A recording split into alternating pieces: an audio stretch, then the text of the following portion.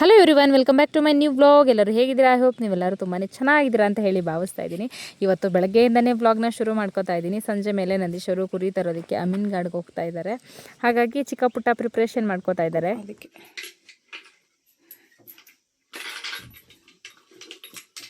ನೋಟ ಎಲ್ಲ ಬೀಳ್ತಾ ಇದೆ. ಬೀಳ್ತಾನೆ ಇಲ್ವಲ್ಲ ನೋಟು. ಹಾಂ ರಕ್ಷಿ, ನಿಮ್ಮ ಅಪ್ಪಳಿ 20 ರೂಪಾಯಿ ಕೊಡು ಅಂತ. 100 ರೂಪಾಯಿ ಕೊಡು. ನಂಗೆ 10 ರೂಪಾಯಿ ಸಾಕು. ಅಷ್ಟೇ ಕೊಡು, ಅದ್ರಲ್ಲಿ ಎಷ್ಟದ ಅಷ್ಟು ಕೊಡು. ನಂಗೆ ವ್ಯಾಪಾರಕ್ಕೆ 10 ರೂಪಾಯಿ ಸಾಕು. ಆಯ್ತು. ಲಾಕ್ ಮಾಡ್ಬಿಟ್ಟಾ? ಮಾಡ್ದ? ಕೊಡು. ಕೈಗೆ ಎತ್ಕೊಂಡು ಕೊಡು ಮಗನೇ.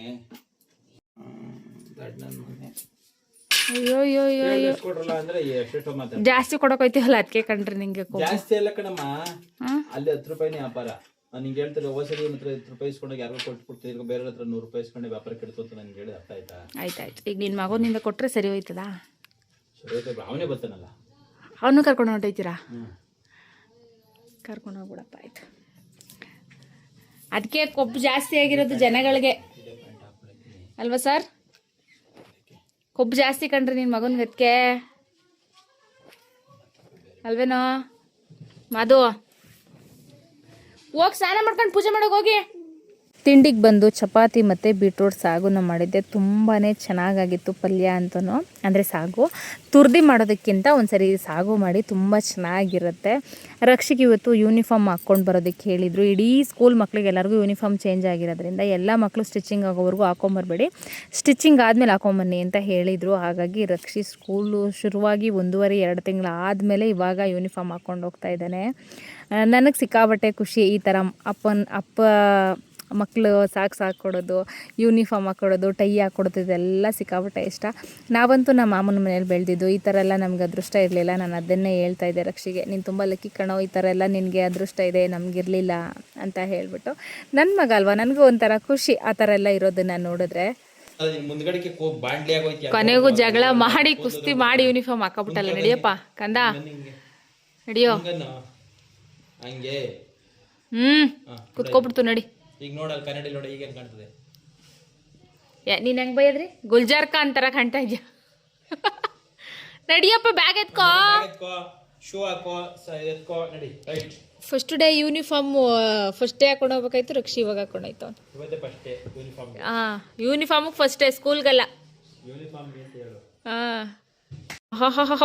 ಚೆನ್ನಾಗಿ ಕಂಡ್ಬಿಟ್ಟ ಕಣ್ರಿ ನಿನ್ನ ಮಗ. ಅಪ್ಪ ನಂದೀಶ್ ಅವ್ರಿಗೆ ನಾನು ಅದನ್ನೇ ರೇಗಿಸ್ತಾ ಇದ್ದೆ. ನೀವು ತುಂಬ ಮಗುನ ಕೇರ್ ಮಾಡ್ತೀರಾ ಕಣ್ರಿ ಅಂತ. ಅದಕ್ಕೆ ಅವರು, ನೀನು ಕೇರ್ ಮಾಡಲ್ವಾ, ನನಗಿಂತ ಜಾಸ್ತಿ ನೀನು ಕೇರ್ ಮಾಡ್ತೀಯಾ, ನಮ್ಮಿಬ್ರೂ ಜಾಸ್ತಿನೇ ಕೇರ್ ಮಾಡ್ತೀಯಾ ಅಂತ ಹೇಳ್ತಾಯಿದ್ರು. ನಾನು ತುಂಬ ಅಂದರೆ ತುಂಬ ಸೆನ್ಸಿಟಿವ್. ಚಿಕ್ಕ ಪುಟ್ಟ ವಿಚಾರಗಳನ್ನು ಇದೇ ಥರ ಇರಬೇಕು, ಹೀಗೆ ಇರಬೇಕು ಅಂತ ಅನ್ಕೋತೀನಿ. ನಂದೀಶ್ ಅವರು ಸಂಜೆ ಮೇಲೆ ರಕ್ಷಿ ಮತ್ತು ನಂದೀಶ್ವರ್ ಎಲ್ಲರೂ ಕುರಿ ತರೋಕ್ಕೆ ಅಮೀನ್ಗಾಡ್ಗೆ ಹೊರಟ್ರು. ನೆಕ್ಸ್ಟ್ ಡೇ ವ್ಲಾಗ್ ಆಗಿರುತ್ತೆ ಇದು. ನೆಕ್ಸ್ಟ್ ಡೇ ಎದ್ದು ನನ್ನ ರುಟೀನ್ನ ಶುರು ಮಾಡ್ಕೋತಾ ಇದ್ದೀನಿ. ಬೆಳಗ್ಗೆ ಎದ್ದಿದ ತಕ್ಷಣ ಇನ್ನೇನು ದನಿನ ಮನೆ ಹತ್ರ ಹೋಗಬೇಕು. ಅವ್ರು ಇಲ್ದಿರೋದಕ್ಕೆ ನೈಟೆಲ್ಲ ನನಗೆ ನಿದ್ದೆನೇ ಬರಲಿಲ್ಲ. ಅದನ್ನೇ ನಂದೀಶ್ ಅವ್ರಿಗೆ ಹೇಳ್ತಾ ಇದ್ದೆ, ಬಂದಿದ ತಕ್ಷಣ ನೀವು ಇಲ್ಲ ಅಂದರೆ ನಂಗೆ ನಿಜವಾಗ್ಲೂ ನಿದ್ದೆ ಬರೋಲ್ಲ ಕಣ್ರಿ, ಟೆನ್ಷನ್ ಆದಂಗೆ ಆಗಿಬಿಡುತ್ತೆ ಅಂತ ಹೇಳಿಬಿಟ್ಟು ಬಂದು ಕಸ ಎಲ್ಲ ತುಂಬಿಟ್ಬಿಟ್ಟು ಆಮೇಲೆ ಹಸುದೆಲ್ಲ ಹಾಲು ಕರೆದ್ಬಿಟ್ಟೆ. ಫಸ್ಟು ಹಾಲೆಲ್ಲ ಕರೆದಾದ್ಮೇಲೆ ತೊಗೊಂಡೋಗಿ ಡೈರಿಗೆಲ್ಲ ಹಾಕಿ ಬಂದುಬಿಟ್ಟು ಡೈಲಿ ಮೈ ತೊಳೆಯೋದನ್ನು ರೂಢಿ ಮಾಡಿಬಿಟ್ಟಿದ್ದಾರೆ ಇವಾಗ ನಂದೀಶರು. ಡೈಲಿ ಮೈ ತೊಳಿಲೇಬೇಕು. ಅದಕ್ಕೆ ಇಲ್ಲ ಅಂತ ಅಂದರೆ ನಮಗೂ ನೋಡೋದಕ್ಕೆ ಒಂಥರ ಜಾಸ್ತಿ ಗಲೀಜಾಗ್ಬಿಟ್ಟಿದ್ದೀನೋ ಅಂತ ಅನ್ನಿಸ್ತಾ ಇರುತ್ತೆ. ಹಾಗಾಗಿ ಡೈಲಿ ತೊಳೆದ್ಬಿಟ್ರೆ ಇವಾಗ ಒಂದು ವಾರ ಬಿಟ್ಟು ತೊಳೆಯೋಕೆ ಹೋದರೆ ಜಾಸ್ತಿ ಗಲೀಜು ಮಾಡ್ಕೊಂಬಿಟ್ಟಿರ್ತವೆ. ಡೈಲಿ ತೊಳೆದ್ರೆ ಏನು ಗಲೀಜಿರಲ್ಲ. ಹಾಗಾಗಿ ನಂದೀಶ್ವರ ಏನು ತೊಳಿಬೇಡ, ನಾನು ಬಂದು ನೆಕ್ಸ್ಟ್ ಡೇ ತೊಳ್ಕೊತೀನಿ, ಸದ್ಯಕ್ಕೆ ನೀನು ಅಷ್ಟೊಂದು ಹಸಿನಲ್ಲೆಲ್ಲ ಹಾಲು ಕರಿಬೇಕು, ಕಸ ಹಾಕಬೇಕು, ಸಾಕು ಅಷ್ಟು ಮಾಡಿರು ಸಾಕು ಅಂತ ಹೇಳಿದ್ರು. ಇಲ್ಲ ಪರವಾಗಿಲ್ಲ ನಾನು ತೊಳಿತೀನಿ ಅಂತ ಹೇಳ್ಬಿಟ್ಟೇನೆ ತೊಳೆದಿದ್ದೆ. ಅವ್ರು ಅಷ್ಟೊತ್ತಿಗಾಗಲೇ ಫೋನು ಮಾಡಿದರು, ಏನು ತೊಳಿಬೇಡ ನೀನು ಬಿಡು ಅಂತ. ಇಲ್ಲ ಅಂದರೆ ಚಿಕ್ಕಮ್ಮರೆಲ್ಲ ಇದ್ದಾಗ ತೊಳೆದ್ರೆ ಅವರು ಎಲ್ಪ್ ಮಾಡ್ತಾಯಿರ್ತಾರೆ, ತೊಳಿತೀನಿ. ನಾನು ಒಬ್ಬಳೇ ಇದ್ದಾಗ ಇಷ್ಟೊಂದೆಲ್ಲ ತೊಳಿಬೇಕಲ್ಲ, ಅದಕ್ಕೆ 3-4 ಕಸುಲೆಲ್ಲ ಮೈ ತೊಳೆದು ಹಾಲು ಕರೆದು ಎಲ್ಲನೂ ಮಾಡಬೇಕಲ್ಲ ಅಂತ ಅವರು ಫೀಲ್ ಮಾಡ್ಕೋತಾಯಿದ್ರು. ಇಲ್ಲ ನಾನು ತೊಳಿತೀನಿ ಅಂತ ಹೇಳಿಬಿಟ್ಟು ಹಸುಗಳಿಗೆಲ್ಲವಕ್ಕೂ ಮೈ ತೊಳೆದೆ. ಈ ಹಸುಗಳೇನು ಅಂತ ಅಂದರೆ ಮಿಷಿನಲ್ಲಿ ಹಿಡಿದ್ರೆ, ಅಂದರೆ ಈ ಥರ ಮಿಷಿನಲ್ಲಿ ಇಳಿದಾಗ ಜಾಸ್ತಿ ಫೋರ್ಸಾಗಿ ಹಿಡಿದ್ರೆ ಪಾಪ ಅವಕ್ಕೂ ನೋವಾಗುತ್ತೆ. ತುಂಬ ಸ್ವಲ್ಪ ಅದನ್ನು ಸಣ್ಣ ಮಾಡ್ಕೊಂಡು, ಇಲ್ಲಾಂದರೆ ಅಗಲ ಮಾಡಿಕೊಂಡು ಆ ಥರ ಎಲ್ಲ ಐಡಿಯಾ ಮಾಡಿ ನಾವು ಇವಾಗ ತೊಳಿತಾ ಇದ್ದೀವಿ. ಅವಾಗೆಲ್ಲ ಪೈಪ್ ಹಾಕ್ಕೊಂಡು ತೊಳಿತಾ ಇದೆ, ಇವಾಗ ಈ ಥರ ತೊಳಿತೀನಿ. ಡೈಲಿ ಮೈ ತೊಳೆದ್ಬಿಟ್ರೆ ಅವಕ್ಕೂ ಒಂಥರ ಫ್ರೆಶ್ ಅಂತ ಅನಿಸುತ್ತೆ ಅಲ್ವಾ. ಹಾಗಾಗಿ ನಂದೀಶ್ ಅವ್ರೇನಿದ್ರು ಸ್ವಲ್ಪ ಈ ಥರ ನೀರು ಹಿಡಿದ್ಬಿಟ್ಟು ಸುಮ್ಮನೆ ಕೈಲಿ ಹಿಂಗೆ ಅಂದ್ಬಿಟ್ಟು ಬಂದುಬಿಡ್ತಾರೆ. ನಾನು ಆ ಥರ ಅಲ್ಲ, ಈ ಥರ ಎಲ್ಲ ಉಜ್ಜಬೇಕು, ನೀಟಾಗಿ ಮೈ ತೊಳಿಬೇಕು. ನಂದೀಶ್ ಅವ್ರಿಗೂ ನನಗೂ ಯಾವಾಗಲೂ ಇದೇ ಜಗಳ. ನೀನು ಡೈಲಿ ಈ ಥರ ತೊಳಿತೀಯಲ್ಲ, ನೆಕ್ಸ್ಟ್ ಡೇ ಕೊಳೆ ಮಾಡ್ಕೊಳ್ಳೋದು ಬಿಟ್ಬಿಡ್ತಾವ? ಇಲ್ಲ ತಾನೇ, ಮತ್ತೆ ಕೊಳೆ ಮಾಡ್ಕೋತವೆ ತಾನೇ, ಅದಕ್ಕೆ ಡೀಪಾಗಿ ತೊಳಿಬಾರ್ದು ಕಣಪ್ಪ, ಸ್ವಲ್ಪ ಲೈಟಾಗಿ ತೊಳೆದ್ರೆ ಸಾಕು ಅಂತ ಹೇಳ್ತಾರೆ. ನಾನು ಕೇಳಲ್ಲ, ನೀಟಾಗಿ ತೊಳಿಬೇಕು ಅಂತ ಹೇಳ್ಬಿಟ್ಟು ನೀಟಾಗಿ ಎಲ್ಲ ಹಸುಗಳಿಗೂ ಮೈ ತೊಳೆದು ಪಳಪಳ ಅನ್ನಿಸ್ತಾ ಇದ್ದೀನಿ ನೋಡಿ.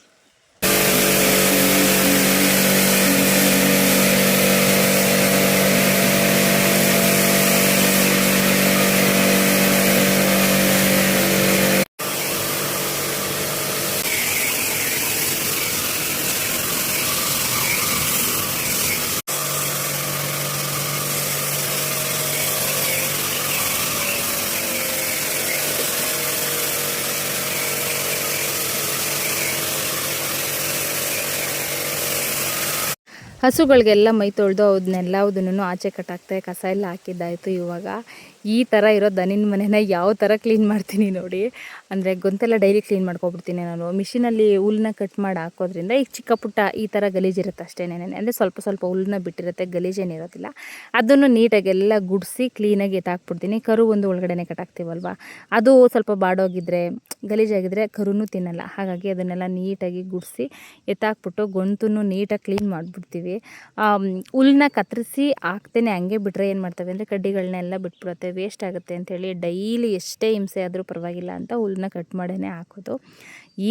ಆ ಥರ ಇದ್ದಿದ್ದು ದನಿನ ಮನೆನ ನೋಡಿ ಈ ಥರ ನೀಟಾಗೆಲ್ಲ ತೊಳೆದ್ಬಿಟ್ಟು ಇವಾಗ ನಾನು ಮನೆ ಒಳಗಡೆ ಹೋಗ್ತಾ ಇದ್ದೀನಿ. ಟೈಮ್ ಆಲ್ರೆಡಿ 8 ಗಂಟೆ ಆಗಿತ್ತು ಅಂತ ಅನಿಸುತ್ತೆ ನಾನು ಒಳಗಡೆ ಹೋದಾಗ. ಮನೆ ಕೆಲಸ ಎಲ್ಲ ಮುಗೀತು, ಬಂದು ಫ್ರೆಶ್ ಅಪ್ ಆಗೋದೆ. ಯಾಕಂದರೆ ಹಸಿನ ಮೈ ತೊಳೆದ್ಮೇಲೆ ಸ್ನಾನ ಮಾಡದೆ ಇರೋದಕ್ಕಾಗಲ್ಲ. ಹಾಗಾಗಿ ಟೈಮು ಬಂದು ಹೀರೆಕಾಯಿ ಮತ್ತು ಬೇಳೆ ಹಾಕಿ ಉಪ್ಸಾರು ಮಾಡಿದ್ದೀನಿ. ಯಾಕೋ ಅತ್ತೆಗೂ ಹುಷಾರಿರಲಿಲ್ಲ, ಮತ್ತು ನೈಟು ಮುದ್ದೆ ಮಾಡಿರಲಿಲ್ಲ, ನಂದೀಶ್ವರ ಇರಲಿಲ್ಲ ಅಂತ ಹೇಳ್ಬಿಟ್ಟು. ಹಾಗಾಗಿ ಇವತ್ತು ಬೆಳಗ್ಗೆನೇ ಮುದ್ದೆ ಮಾಡೋಣ ಅಂಥೇಳಿ ಮಾಡ್ತಾಯಿದ್ದೀನಿ. ರಕ್ಷಿ ಇದ್ದಿದ್ರೆ ಬಾಕ್ಸ್ ಮಾಡಬೇಕಿತ್ತು, ನಂದೀಶ್ವರ ಇದ್ದರೆ ತಿಂಡಿನೇ ಮಾಡಬೇಕು. ಇವತ್ತು ಇಬ್ಬರು ಇಲ್ವಲ್ಲ, ಹಾಗಾಗಿ ಒಂದೇ ಸರಿ ಅಡುಗೆ ಮಾಡಿಕೊಂಡೆ. ಅವ್ರಿಗೂ ಹೆಂಗೋ ಸರಿ ಹೋಗ್ಬಿಡುತ್ತೆ ಅಂತ. ಇನ್ನು ನಾನು ಹೊಲ್ದ ಹತ್ರ ಹೋಗಿ ಬಂದು ಮತ್ತು ನಾನೇ ಅಡುಗೆ ಮಾಡಬೇಕು, ಹಿಂಸೆ ಅಂತ ಅನಿಸ್ಬಿಡುತ್ತೆ. ಕೆಲಸಗಳೆಲ್ಲ ಮುಗಿಸಿದ್ದೀನಿ, ಸಾಂಬಾರೆಲ್ಲ ಮಾಡಿಟ್ಟಿದ್ದೀನಿ. ಇವಾಗ ಮುದ್ದೆ ಒಂದು ಮಾಡಬೇಕು. ಬಂದು ಅಡುಗೆ ಮನೆಯೆಲ್ಲ ಕ್ಲೀನ್ ಮಾಡಿಬಿಟ್ಟು, ಇವತ್ತು ಬೇರೆ ಸ್ಟವ್ದು ಸರ್ವಿಸಿಗೂ ಇವತ್ತೇ ಬಂದಿದ್ರು ಅವರು. ಪ್ರತಿ ಸರಿ 2 ವರ್ಷಕ್ಕೊಂದು ಸರಿ ಬರ್ತಾರೆ. ಅವರು ಬಂದು ಪೈಪೆಲ್ಲ ಎಕ್ಸ್ಚೇಂಜ್ ಮಾಡಿಕೊಟ್ಬಿಟ್ಟು ಹೋದರು. ಮೇಡಮ್, ಅದು ನಿಮ್ಮದು ಸ್ವಲ್ಪ ಲೀಕ್ ಆಗ್ತಾಯಿದೆ ಅಂತ ಹೇಳ್ಬಿಟ್ಟು ಹೊಸ ಪೈಪ್ ಹಾಕ್ಕೊಟ್ಬಿಟ್ಟು ಹೋದರು. ಇದೊಂದು ಈ ಕಡೆ ಬರ್ನಲ್ಲಿ ಏನಾಗ್ತಿತ್ತು ಅಂದರೆ ಸರಿಯಾಗಿ ಉರಿ ಬರ್ತಿರ್ಲಿಲ್ಲ. ಪಾಪ ಅವರು ಅದನ್ನು ಸರ್ವಿಸ್ ಮಾಡಿಕೊಟ್ಬಿಟ್ಟು ಒಂದು ಸತಿ ಸ್ಟವ್ ಸರ್ವಿಸ್ ಮಾಡಿಕೊಟ್ಟು ಮತ್ತು ವೈರೆಲ್ಲ ಚೆಕ್ ಮಾಡಿ ಹೊಸ ವೈರ್ ಹಾಕ್ಕೊಟ್ಬಿಟ್ಟು ಹೋದರು. ಕೆಲವೊಂದು ಸರಿ ಅಂದರೆ ಸ್ಟವ್ ಪ್ರತಿನಿತ್ಯ ಬಳಸೋದಲ್ವ, ಸಿಲಿಂಡ್ರು ಸ್ಟವ್ ಹತ್ರ ಈ ಥರ ಎಲ್ಲ ಆಟ ಆಡೋದು ಬೇಡ ಅಂತ ಹೇಳ್ಬಿಟ್ಟು ಚೇಂಜ್ ಮಾಡಿಸ್ಬಿಡಿ ಅಂದರು. ಆಯಿತು ಅಂತ ಹೇಳಿ ಚೇಂಜ್ ಮಾಡಿಸ್ಬಿಟ್ಟೆ. ಅಡುಗೆ ಮನೆಯನ್ನು ಕ್ಲೀನ್ ಮಾಡಿಬಿಟ್ಟಿದ್ದೀನಿ, ಎಲ್ಲ ಕೆಲಸ ಆಗಿಬಿಟ್ಟಿದೆ. ಇವಾಗ ಏನಿದ್ರು ಹೊಲ್ದ ಹತ್ರ ಹೋಗೋದಷ್ಟೇ. ಇವಾಗ ಬಿಸಿ ಮುದ್ದೆ ಮಾಡ್ಕೋಬೇಕು. ಮಾಡ್ಕೊಂಡು ಊಟ ಮಾಡಿಬಿಟ್ಟು ಹೊಲ್ದ ಹತ್ರ ಹೋಗೋಣ. ಒಂಥರ ನಂದೀಶ್ವರು ರಕ್ಷೆ ಇಲ್ದಿರೋದಕ್ಕೆ ಬೇಜಾರಾಗ್ತಾಯಿದೆ. ಅವ್ರು ನೆನೆನೆ ಅಂತಾಯಿದ್ರು, ನೀನು ಒಬ್ಬಳೇ ಇರಬೇಕಲ್ಲ, ಯಾರನ್ನಾದ್ರೂ ಕರ್ಸ್ಕೋ ಅಂತ ಹೇಳ್ತಾಯಿದ್ರು. ಇಲ್ಲ, ಇನ್ನೇನು ಒಂದು ದಿನ ಅಲ್ವಾ, ಬರೋಗಿ ಅಂತ ಹೇಳ್ಬಿಟ್ಟು ಕಳಿಸ್ದೆ. ಇವಾಗ ಬನ್ನಿ ಬೇಗ ಊಟ ಮಾಡಿಕೊಂಡು ಹೊಲ್ದ ಹತ್ರ ಹೋಗೋಣ. ಆಲ್ರೆಡಿ ಬಿಸಿಲಾಗ್ತಾಯಿದೆ ಪಾಪ ಹಸುಗಳಿಗೆ. ನಾನು ದನಿನ ಮನೆಯಿಂದ ಬಂದಾಗಲೇ ಟೈಮ್ ಆಲ್ರೆಡಿ 8 ಗಂಟೆ ಆಗಿತ್ತು. ಒಬ್ಬಳೇ ಎಲ್ಲ ಕೆಲಸ ಮಾಡಬೇಕಲ್ಲ, ಹಾಗಾಗಿ ನಂದೀಶ್ವರ ಇದ್ದರೆ ಇನ್ನೊಂದು 1/2 ಅವರ್ ಬೇಗ ಬರ್ತಿದ್ರು. ಅವರು ಬೇಗ ಮಾಡ್ತಾರೆ, ಅಂದರೆ ನಾನು ಬೇಗ ಮಾಡ್ತೀನಿ. ಆದರೆ ಎಲ್ಲ ಗಂಡ್ಮಕ್ಳಷ್ಟು ನಾವು ಬೇಗ ಕೆಲಸ ಮಾಡೋದಕ್ಕೆ ಸ್ವಲ್ಪ ಹಿಂಸೆ ಆಗುತ್ತೆ. ಹಸುಗಳ ಮೈ ತೊಳಿಬೇಕಾದ್ರೆ ಅವ್ರಿಗೂ ನನಗೂ ಏನಂದರೆ ನಾನು ಫುಲ್ಲು ನೀಟಾಗಿ ತೊಳಿಬೇಕು ಅಂತ. ನಂದೀಶವರು ಡೈಲಿ ಗಲೀಜು ಮಾಡ್ಕೋತವೆ, ಎಂತಕ್ಕೆ ತೊಳಿತೀಯ, ಒಂದು ಸ್ವಲ್ಪ ಅಂದರೆ ಸ್ವಲ್ಪ ಗಲೀಜಿದ್ರೆ ಏನೂ ಆಗಲ್ಲ ಅನ್ನೋ ಮೈಂಡ್ ಸೆಟ್ ಅವ್ರದ್ದು. ಹಾಗಾಗಿ ಅವ್ರಿಗೂ ನನಗೂ ಮೈ ತೊಳಿಬೇಕಾದ್ರೆ ಸ್ವಲ್ಪ ಟೈಮಿಂಗ್ಸು ವೇರಿಯೇಷನ್ ಆಗುತ್ತೆ. ಇಲ್ಲ ಅಂದರೆ ಅವ್ರಿಗಿಂತ ಫಾಸ್ಟು ದನಿನ ಮನೆ ಕೆಲಸ ನನ್ನದೇ ಆಗಿರೋದು. ಕೆಲಸ ಎಲ್ಲ ಮುಗಿಸಿ ಬಂದಿದ್ದೀನಿ. ಇವಾಗ ಫುಲ್ಲು ಹೊಟ್ಟೆ ಹಸಿವಾಗ್ತಾಯಿದೆ. 4:45 ನಾನು ಎದ್ದಾಗ ಟೈಮು 4:45 ಆಗಿತ್ತು. ಕಾಫಿ ಟೀ ಕುಡಿಯೋ ಅಭ್ಯಾಸ ಏನೂ ಇಲ್ವಲ್ಲ ಬೇರೆ ಮೊದಲೇ, ಹಾಗಾಗಿ ಬಿಸಿನೀರು ಜೀರಿಗೆ ನೀರು ಕುಡಿದ್ಬಿಟ್ಟು ಹೋಗಿದ್ದೆ. ಇವಾಗ ಬೇಗ ಮುದ್ದೆ ಮಾಡಿ ಫಸ್ಟ್ ಅತ್ತೆಗೆ ಊಟಕ್ಕೆ ಕೊಟ್ಬಿಟ್ಟು ಹೊಲ್ದ ಹತ್ರ ಓಡೋಣ. ನಂದೀಶ್ ಅವರು ನಾನು ಒಬ್ಬಳನ್ನೇ ಬಿಟ್ಟೋದಾಗ ನಂಗೆ ತುಂಬ ಕಷ್ಟವಾದ ಕೆಲಸ ಯಾವುದು ಅಂತ ಅಂದರೆ ಈ ಹುಲ್ ಕಟ್ ಮಾಡೋದು. ಹುಲ್ಲೂ ಬೇಕಾದರೆ ಕೊಯ್ದುಬಿಡ್ತೀನಿ, ಹುಲ್ ಕಟ್ ಮಾಡೋದಂದರೆ ಸಿಕ್ಕಾಬಿಟ್ಟೆ ರಿಸ್ಕು, ಯಾಕಂದರೆ ಅದು ಕೈಯೆಲ್ಲ ಕುಯ್ಕೊಬಿಡುತ್ತೆ. ಅದಕ್ಕೆ ಇವತ್ತು ಈ ಥರ ಐಡಿಯಾ ಮಾಡ್ಕೊಂಡಿದ್ದೀನಿ. ನಂದೀಶ್ ಅವ್ರದ್ದೊಂದು ಶರ್ಟ್ ಹಾಕ್ಕೊಂಡು ನೀಟಾಗಿ ಹುಲ್ ಕಟ್ ಮಾಡೋಣ ಅಂತ ಮಾಡ್ತಾಯಿದ್ದೀನಿ. ಸೀಮೆ ಹುಲ್ಲಲ್ವಾ, ಕೈಯೆಲ್ಲ ಕುಯ್ಕೊಬಿಡುತ್ತೆ. ಹಿಂಗೆ ಎತ್ಕೊಡ್ಬೇಕಾದ್ರೆ ಅದು ತುಂಬ ಶಾರ್ಪಾಗಿರುತ್ತೆ. ಅದು ಕುಯ್ದರೆ ಹೆಂಗೆ ಕುಯ್ಯುತ್ತೆ ಅಂದರೆ ಕೈಯೆಲ್ಲ ಕೆಲವೊಂದು ಸತಿ ಯಾಮಾರ್ಬಿಟ್ರೆ ರಕ್ತನೇ ಬಂದ್ಬಿಡುತ್ತೆ, ಆ ಥರ ಇರುತ್ತೆ. ನಂದೀಶ್ ಅವ್ರಿಗೆ ಭಯ, ಅದಕ್ಕೆ ನಿಧಾನಕ್ಕೆ ಎತ್ತಿ ಹುಲ್ಲನ್ನ ಕೊಟ್ಟು ಕಟ್ ಮಾಡು ಅಂತ ಹೇಳ್ತಾಯಿದ್ರು. ಏನು ಮಾಡೋದು, ಕೆಲವೊಂದು ಸರಿ ರಿಸ್ಕ್ ತೊಗೊಳ್ಳೇಬೇಕಲ್ವ. ರಿಸ್ಕ್ ತೊಗೊಂಡಿಲ್ಲ ಅಂದರೆ ಹಳ್ಳಿಲೆಲ್ಲ ಜೀವನ ಮಾಡೋದು ತುಂಬ ಕಷ್ಟ ಆಗುತ್ತೆ. ಮೊದಲೆಲ್ಲ ನನಗೆ ಇದ್ಯಾವುದು ಬರ್ತಿರ್ಲಿಲ್ಲ. ಇವಾಗ ನಂದೀಶ್ ಅವರು ಮಾಡ್ತಾರಲ್ಲ, ಅದನ್ನು ನೋಡಿ ನೋಡಿ ನೋಡಿ ನಾನು ಅಭ್ಯಾಸ ಮಾಡ್ಕೊಂಡಿದ್ದೀನಿ. ಅವರು ಪರವಾಗಿಲ್ಲ, ನಿನ್ನ ಕೈಲಿ ಆಗಲ್ಲ ಅಂದರೆ ಹಂಗೆ ಹಾಕು ಅಂದರು. ಪಾಪ ಅವ್ರು ಎಷ್ಟೇ ಸ್ಟ್ರೈನ್ ಆಗಿದ್ರು ಒಂದು ದಿನವೂ ಪಾಪ ಯಾವತ್ತೂ ಹಂಗೆ ಹಾಕಲ್ಲ. ಅಂಥದ್ರಲ್ಲಿ ನಾನು ಯಾಕೆ ಹಾಕಬೇಕು ಅಲ್ವಾ ಅಂತ ಹೇಳಿಬಿಟ್ಟು, ಇಲ್ಲ ನಾನು ಕಟ್ ಮಾಡಿ ಹಾಕ್ತೀನಿ, ಪರವಾಗಿಲ್ಲ ಬಿಡಿ ಅಂತ ಹೇಳ್ತೀನಿ. ಅವರೆಲ್ಲಾದರೂ ಹೋಗ್ಬೇಕಾದ್ರೆ ಅದನ್ನು ಹೇಳ್ತಾರೆ, ನನ್ನ ಥರನೇ ಮಾಡಬೇಕು ಅಂತ ಏನಿಲ್ಲ, ನಿನ್ನ ಕೈಲಿ ಎಷ್ಟಾಗುತ್ತೋ ಅಷ್ಟು ಮಾಡ್ಕೋ ಸಾಕು, ಜಾಸ್ತಿ ರಿಸ್ಕ್ ತೊಗೋಬೇಡ ಅಂತ. ಪಾಪ ಅವರೇ ಅಷ್ಟೊಂದೆಲ್ಲ ರಿಸ್ಕ್ ತೊಗೊಂಡು ಪ್ರತಿನಿತ್ಯ ಕೆಲಸ ಮಾಡ್ತಾಯಿರ್ತಾರೆ. ಅವರಿಲ್ಲದೆ ಇದ್ದಾಗ ಫುಲ್ ಡ್ಯೂಟಿ ನಂದು ಅಷ್ಟೇನೇನೆ. ಅವರಿದ್ದಾಗ ಯಾವಾಗಲೂ ನನ್ನನ್ನೇನು ಕರೆಯಲ್ಲ. ನನ್ನ ಕೈಲಾದರೆ ಹೋಗಿ ಮಾಡ್ತೀನಿ, ಇಲ್ಲ ಅಂದರೆ ಇಲ್ಲ. ಅಂಥದ್ರಲ್ಲಿ ಅವರಿಲ್ಲದೆ ಇದ್ದಾಗ ಅವ್ರು ಹೋಗೋದೇ ಎಲ್ಲೋ ಅಷ್ಟೇ, ಕೆಲಸ ಇದ್ರೆ ಅಷ್ಟೇ ಅವ್ರು ಹೊರಗಡೆ ಹೋಗೋದು. ಪಾಪ ನನ್ನನ್ನು ರಕ್ಷಣೆ ಬಿಟ್ಟು ಅವ್ರು ಎಲ್ಲೂ ಯಾವತ್ತೂ ಎಲ್ಲೂ ಹೋಗಲ್ಲ. ಅಂಥದ್ರಲ್ಲಿ ಅವರೆಲ್ಲೋ ಒಂದಿನ ಕೆಲಸದ ಮೇಲೆ ಹೋಗಿರ್ತಾರೆ. ಅವಾಗ ನಾವು ಇಷ್ಟು ಕೆಲಸ ಮಾಡ್ಕೊಡೋಕ್ಕಾಗಲ್ಲ ಅಂದರೆ ಹೇಗಲ್ವಾ. ಹಾಗಾಗಿಲ್ಲ, ನಾನು ಕಟ್ ಮಾಡಿ ಹಾಕ್ತೀನಿ ಅಂತ ಹೇಳಿಬಿಟ್ಟು ಮಿಷಿನಲ್ಲೇ ಕಟ್ ಮಾಡಿದೆ. ಕಟ್ ಮಾಡಿದ್ದೆಲ್ಲ ಆಯಿತು. ಇವಾಗ ಹುಲ್ಲನ್ನೆಲ್ಲ ತೊಗೊಂಡೋಗಿ ಹಸಿನ ಗುಂತೊಳಗಡೆ ಹಾಕ್ಬಿಡೋಣ ಅಷ್ಟರಲ್ಲಿ ಅಂತ ಹೇಳ್ಬಿಟ್ಟು ಹಾಕ್ತಾಯಿದ್ದೀನಿ. ಯಾಕಂದರೆ ದೇವ್ರು ಬರೋದಿತ್ತು ನಮ್ಮೂರಿಗೆ, ಯಾರೋ ದೇವ್ರು ಕರೆಸ್ತಾಯಿದ್ರು, ಅಂದರೆ ದೇವ್ರ ಮೆರವಣಿಗೆ ಮಾಡಿಸ್ತಾಯಿದ್ರು. ಅಲ್ಲಿ ಪೂಜೆ ಕೊಡೋಕೆ ಹೋಗ್ಬೇಕಿತ್ತು. ಅದಕ್ಕೆ ನೆನ್ನೆನೇ ದನಿನ ಮನೆ ಹತ್ರ ಎಲ್ಲ ಕೆಲಸಗಳನ್ನ ಮುಗಿಸ್ಬಿಟ್ಟು ಬೇಗ ಬೇಗ ಇಲ್ಲಿ ಬಂದ್ವಿ.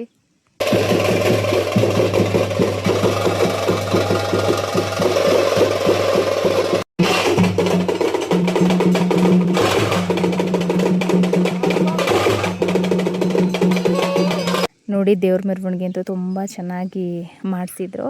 ಯಾರಾದರೂ ಅಂದ್ಕೊಂಡಿರ್ತಾರಲ್ಲ, ಅವರು ಮಾಡಿಸ್ತಾರೆ. ಈ ಟೈಮಲ್ಲಿಗಿಂತ ಬೇಸಿಗೆ ಟೈಮಲ್ಲಿ ಮಾಡಿಸಿದ್ರೆ ತುಂಬ ಚೆನ್ನಾಗಿರುತ್ತೆ. ಯಾಕಂದರೆ ಆವಾಗ ಮಳೆ ಏನೂ ಇರೋದಿಲ್ಲ ಅಲ್ವಾ. ಹಾಗಾಗಿ ಈ ಟೈಮಲ್ಲಿ ಅಂದರೆ ಮಳೆ ಎಲ್ಲ ಬಂದರೆ ಸ್ವಲ್ಪ ಕರೆಸಿರೋರ್ಗೂ ಹಿಂಸೆ ಆಗುತ್ತೆ. ಹಾಗಾಗಿ ನಂದೀಶ್ ಅವ್ರು ಇನ್ನೇನು ಬರ್ತಾಯಿದ್ದೀನಿ ಅಂತ ಅಂದರು. ನನಗೆ ವೆಯ್ಟ್ ಮಾಡಿ ಮಾಡಿ ಸಾಕಾಯಿತು. ನನಗಂತೂ ಸಿಕ್ಕಾಬಿಟ್ಟೆ ಹೊಟ್ಟೆ ಹಶ್ವಾಗ್ತಾಯಿತ್ತು. ಆಲ್ರೆಡಿ 9:30 ಆಗಿತ್ತು ಟೈಮು. ಅದಕ್ಕೆ ನಾನು ನೀವು ಯಾವಾಗಾದರೂ ಬನ್ನಿ ನಿಧಾನಕ್ಕೆ ಅಂದ್ಬಿಟ್ಟು ನಾನು ಊಟ ಮಾಡಿಕೊಂಡೆ. ನಾನು ಬೆಳಗ್ಗೆ ತಿಂಡಿ ತಿಂದಿದ್ದು, ಮಧ್ಯಾಹ್ನ ಊಟನೇ ಮಾಡಿರಲಿಲ್ಲ. ನೋಡಿ, ಫೈನಲ್ಲಾಗಿ ನಮ್ಮ ಕುರಿಗಳೆಲ್ಲವೂ ಬಂದಿದೆ.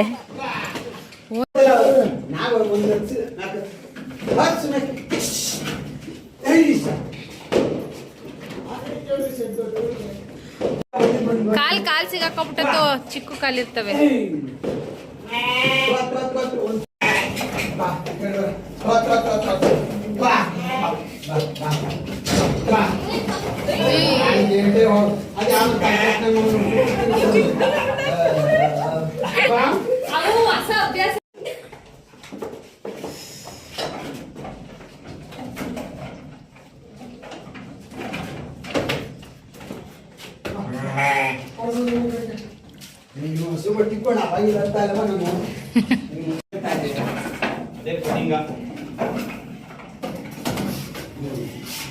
ಎಲ್ಲರೂ ದೊಡ್ಡರಾದ್ರೆ ಕಷ್ಟ ಆಯ್ತು ಸುಮ್ಮನೆ.